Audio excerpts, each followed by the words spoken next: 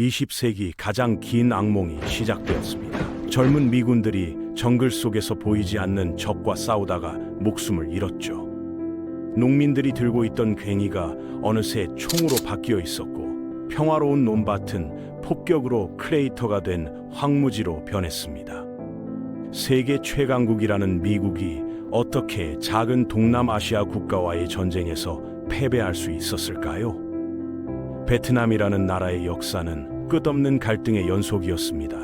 지난 2000년 동안 이 땅에는 수많은 왕조들이 흥망성쇠를 거듭했고, 각기 다른 문화들이 복잡하게 얽혀 있었죠. 현재 우리가 알고 있는 통일된 베트남이라는 개념 자체가 사실 비교적 최근에 만들어진 것입니다. 1955년에 본격화된 베트남 전쟁은 무려 20년간 지속되면서 전 세계의 이목을 집중시켰습니다. 미국 정부는 도대체 어떻게 세계 최강의 군사력을 가진 나라가 농민들로 구성된 게릴라 부대에게 고전을 면치 못하는지 이해할 수 없었습니다. 그런데 이 베트남 사람들은 미국인들보다 훨씬 더 깊이 전쟁의 문화적 배경을 알고 있었고, 무엇보다 그들이 왜 싸워야 하는지에 대한 확고한 신념을 가지고 있었죠. 당시 많은 지식인들은 이것이 공산주의의 세계 정복을 위한 첫 번째 단계라고 진심으로 믿었습니다. 공산주의가 자유세계에 가하는 위협에 대한 미국의 기본적인 오해가 있었습니다. 전쟁에서 정말 놀라운 점 중 하나는 그토록 똑똑한 사람들이 테트 공세에 대해 그렇게까지 잘못 판단할 수 있었다는 것입니다. 베트콩이 사이공에 있는 미국 대사관을 습격했다는 소식은 엄청난 충격을 주었고, 미국 여론을 완전히 벽에 몰아넣었습니다. 시위를 주도한 것은 군인들이 아니라 그들의 어머니들이었죠.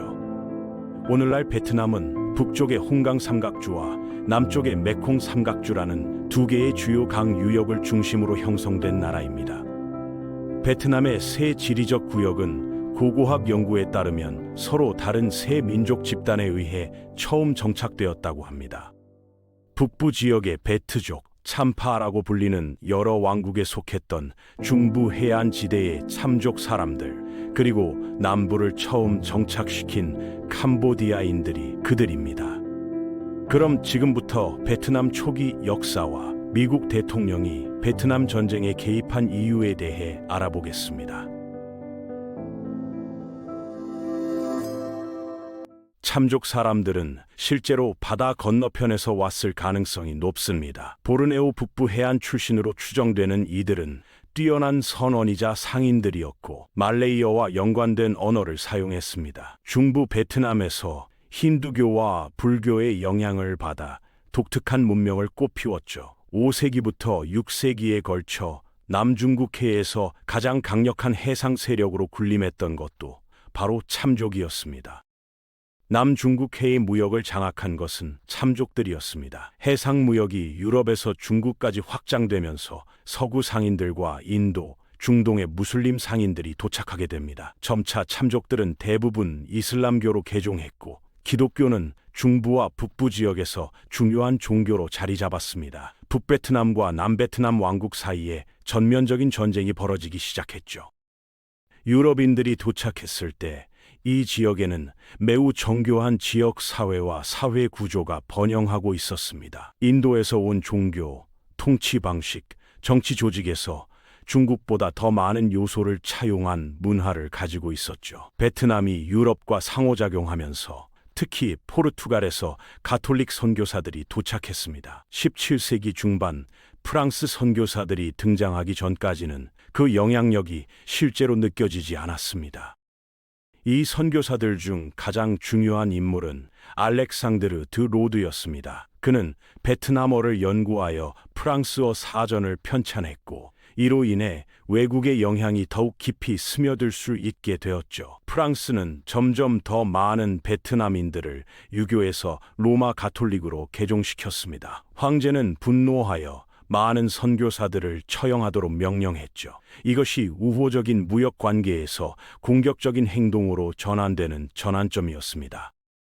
프랑스는 선교사 처형을 침공의 구실로 삼는 듯 했습니다. 인도의 영국, 필리핀의 포르투갈, 인도네시아의 네덜란드와 달리 그들은 베트남을 점령하여 식민지를 건설하기로 결정했습니다. 베트남의 여러 지역 사이에는 끊임없는 긴장이 있었고 프랑스는 바로 그러한 상황에서 도착하여 실제로 베트남을 정복했습니다.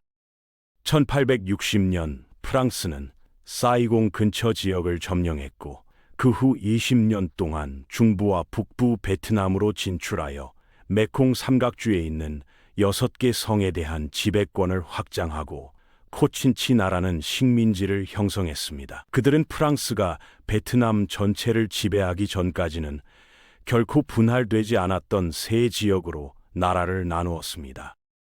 프랑스령 인도차이나가 1887년 10월에 형성되었고 캄보디아와 라오스가 1893년에 추가되었습니다. 그 후 수십 년 동안 프랑스의 영향력은 베트남 역사 전반에 걸쳐 형성에 중요한 역할을 했습니다.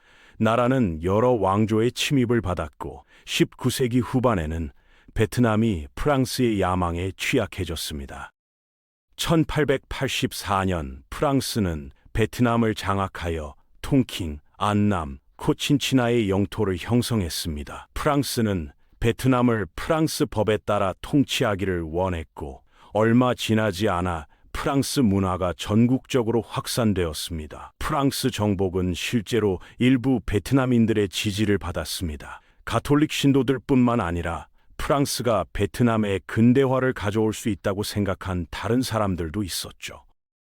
교육 시스템은 처음에는 유럽인 자녀들을 위해 발전했지만 곧 인도차이나 각 지역 수도의 부유한 지역 주민들에게도 인기가 되었습니다. 부모들에게는 자녀가 관료제에서 승진하고 직위를 얻기를 원한다면 새로운 라틴 알파벳을 알아야 한다는 것이 분명했습니다. 이 알파벳은 꾸오뱅 또는 국가 문자로 알려지게 되었고 베트남의 종교 문화는 이전에는 없었던 방식으로 국제화되었습니다.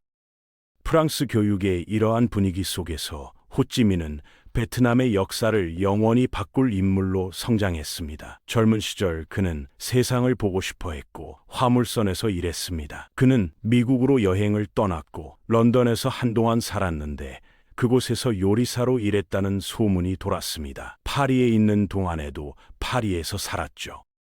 그는 프랑스의 통치로부터 베트남 사람들의 독립과 시민권을 청원했지만 우드로 윌슨 대통령 시절 미국에서 실패했습니다. 호찌민은 환멸을 느꼈고 이로 인해 공산주의에 대한 열정이 더욱 커졌습니다. 그는 러시아에서 시간을 보냈고 장개석에게 투옥되기 전 중국에서 명성이 점점 높아지고 있었죠. 1941년 귀국했을 때 그는 거의 영웅과 같은 지위에 있었습니다. 그는 세상 물정에 밝은 사람이었습니다. 프랑스에서 교육을 받았고 선원으로 전 세계를 여행했으며 1919년 파리 평화회담에서 런던에서 요리사로 일했습니다. 그는 베르사유 궁전에 나타나 베트남 인민을 위해 프랑스 식민주의로부터의 자유를 요구했지만 쫓겨났죠. 호찌민은 1919년에 분열된 프랑스 사회당의 일원이었고 그는 프랑스 공산당을 창당하는 공산당에 가담했습니다.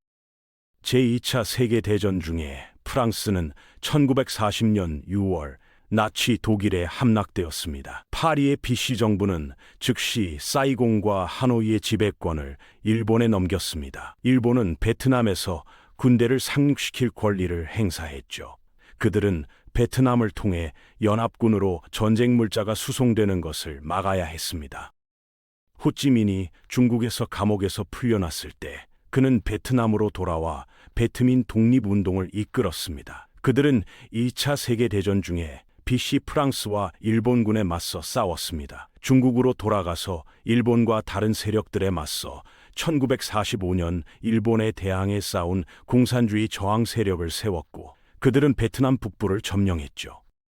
남부는 영국에 의해 해방되었고 영국은 극동에서 식민지를 되찾는 것을 정당화하기 위해 일본을 재무장시켜 프랑스가 남부를 재점령할 때까지 나라를 유지했습니다. 베트남과 일본, 프랑스는 매우 반공주의적이었고 베트남 공산당은 1930년 호찌민에 의해 창당되었습니다.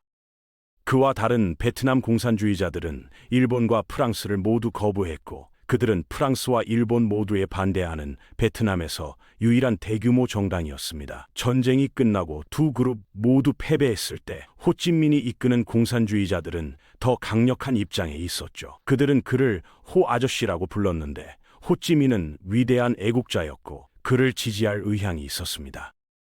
그는 제2차 세계대전 중 미국 전략정보청의 비밀 지원을 받아 프랑스와 일본의 베트남 점령에 맞서 많은 성공적인 군사작전을 감독했습니다. 그 사이 호찌민은 미국과 동맹을 맺고 일본군에게 격추된 프랑스와 미국 조종사를 구출하여 중국 남부의 미군에 인도했습니다.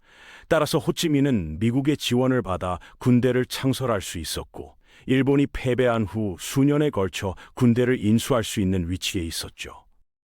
호찌민은 상당한 군대를 개발했습니다. 그 나라는 엄청난 기근에 시달렸습니다. 베트남 농민들은 프랑스와 일본이 군대를 먹일 쌀을 보관하고 있었고 일본이 베트남을 일본에 넘긴 후에도 일본으로 수출하고 있다고 비난했습니다. 1945년 베트남에서는 약 200만 명의 베트남인이 사망했습니다. 2차 세계대전의 종식과 관련된 문제 중 하나는 특히 인도차이나에서 다양한 다른 전쟁으로 이어졌다는 것입니다. 미국이 프랑스로부터 물려받은 베트남 전쟁은 사실 호찌민 자신이 미국과 동맹을 맺었을 때 물려받은 것이었고 기본적인 문제는 호찌민이 무엇보다도 민족주의자였고 공산주의자가 아니었다는 것입니다. 미국의 외교 정책은 공산주의를 봉쇄하는 것이었습니다. 남베트남이 공산주의에 함락되면 캄보디아와 태국도 공산주의에 함락될 것이라는 유명한 도미노 이론이 있었습니다. 그것은 말레이 반도로 퍼져 결국 호주가 공산주의가 될 것이라는 이론이었죠. 맥나마라와 러스크 같은 매우 지적인 사람들이 그것이 공산주의가 세계를 장악하기 시작했다고 정말로 생각했다는데 의심의 여지가 없습니다.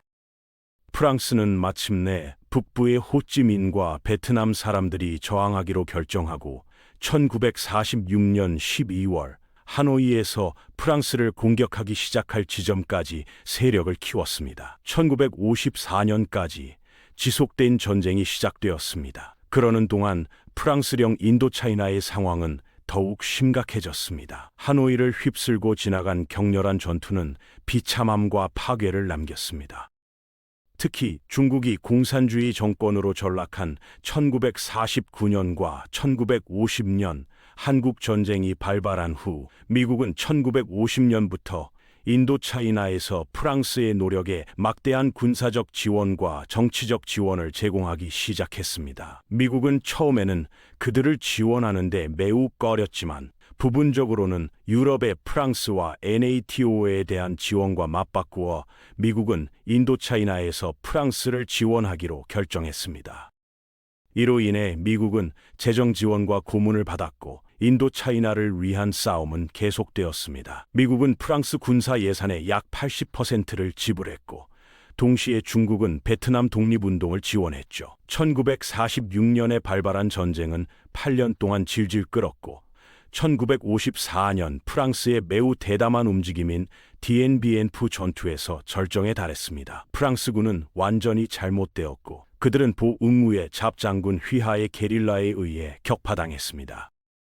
첫 번째 인도차이나 전쟁은 1954년 디엔비엔프 전투로 끝났고 프랑스의 전면적인 패배로 끝났습니다. 프랑스는 모든 식민지에서 군대를 철수하기로 합의했고 제네바에서 열린 회의에서 베트남 분할을 결정했습니다. 북쪽은 호찌민의 지휘하에 베트남 민주공화국으로 베트민에게 주어졌고 남쪽은 명목상 바오다이 치하의 베트남 국가가 되었습니다. 이로 인해 호찌민은 베트남이 남북으로 분단된 후 전국을 장악하지 못했습니다. 북쪽은 공산주의로 간주되었습니다. 미국의 위협에 남베트남의 총리 응오딘 지엠은 전국 재통일 투표를 위한 2년 마감 시한에 직면했지만 미국은 지엠이 북쪽에서 승리하지 못할 것을 두려워했습니다.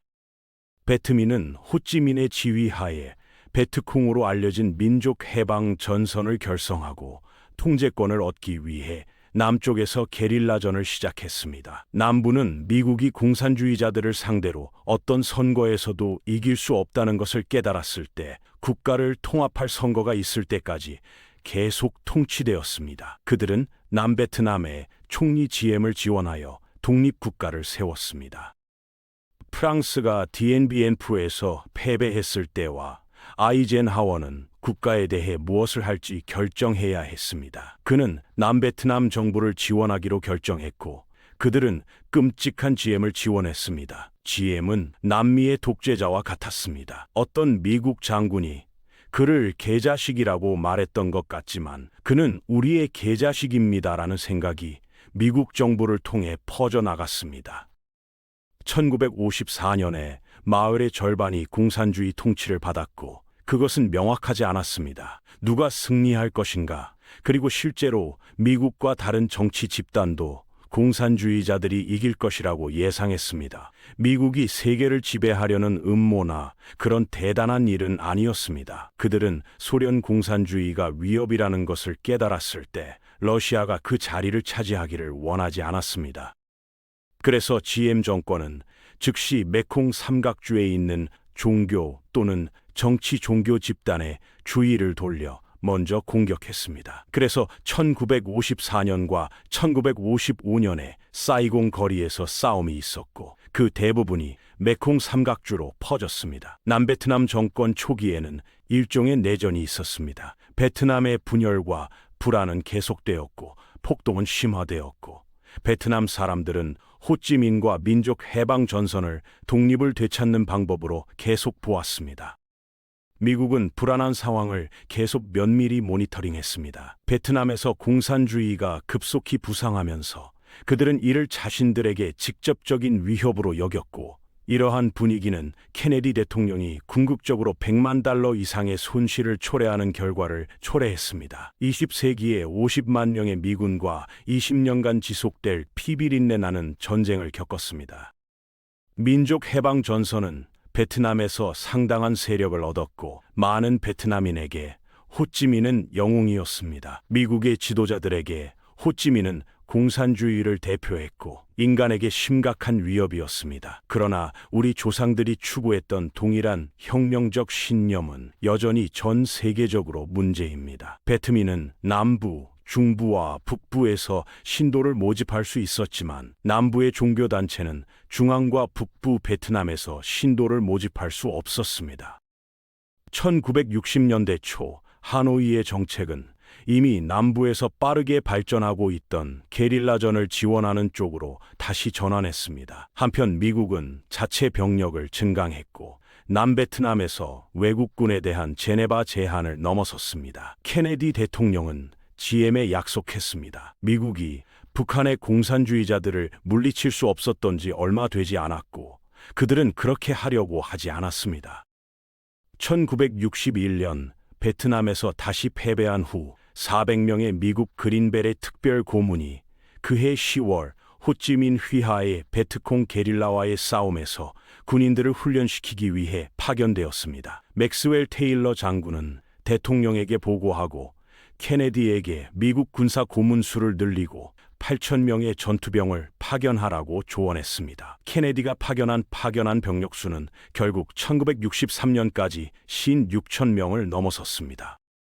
그는 이 거대한 단일 소련식 공산주의가 세계를 지배할 것이라고 생각했지만, 다르게 행동하고 더 미묘하게 싸울 수 있었다고 생각합니다. 베트남 전쟁에서 우리에게 준 위대한 단어는 확대였습니다. 케네디가 실제로 특수부대를 조직하고 통제하기 위해 400명의 군사 고문만 파견한 것으로 시작했기 때문입니다. 결국 미국은 남베트남이 정책을 바꾸지 않으면 금세 패배할 것이라고 판단하고 대규모 정규군을 투입해야 한다고 결정했습니다. 소련 공산주의의 위협, 그리고 소련의 도움을 받아 중국이 몰락했다는 사실은 미국인들에게 그들이 상상 속에서 만들어낸 괴물이었고, 그들은 싸워야 했습니다. 최종 분석에 따르면 이것은 그들의 전쟁입니다. 승리하거나 패배하는 것은 그들 자신뿐입니다. 우리는 그들을 도울 수 있습니다. 우리는 그들에게 장비를 제공할 수 있습니다. 우리는 우리 병력을 보낼 수 있습니다. 조언으로 거기에 있지만 그들은 공산주의에 대항하여 베트남 인민을 이겨야 합니다.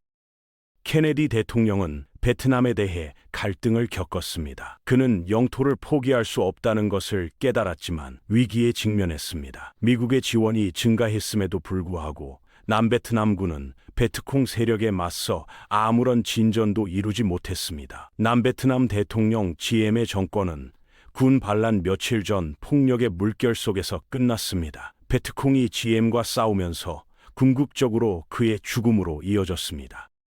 3주 후 그들을 감옥으로 데려가던 장갑차에서 미국은 1963년 12월 22일 오후 1시 25분에 일어난 케네디 대통령의 비극적인 암살 사건으로 전국은 충격을 받았습니다. 군중의 환호가 세 발의 총성을 거의 가렸습니다. 암살자의 조주는 텍사스주 댈러스에서 치명적이었습니다. 공식적으로 케네디 대통령이 오후 1시 중부 표준시, 2시 동부 표준시 약 38분 전에 사망했다고 발표되었습니다.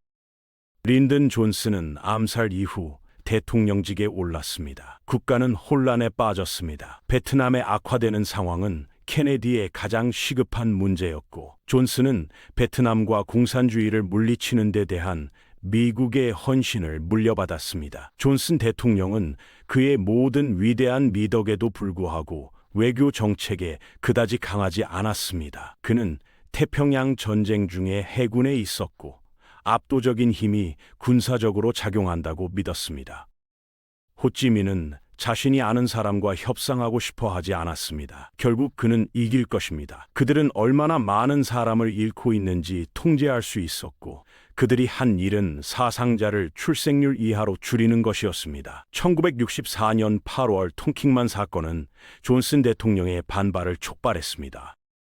모든 미국인이 남베트남 정부와 국민에 대한 전적인 헌신을 다하겠다는 결의는 이러한 분노에 다시 한번 휩싸일 것입니다. 궁극적으로 이러한 반발은 베트남 전쟁의 시작으로 이어졌고, 이 전쟁은 여전히 공감을 불러일으키고 있으며 그 정당성은 오늘날까지도 의문으로 남아 있습니다.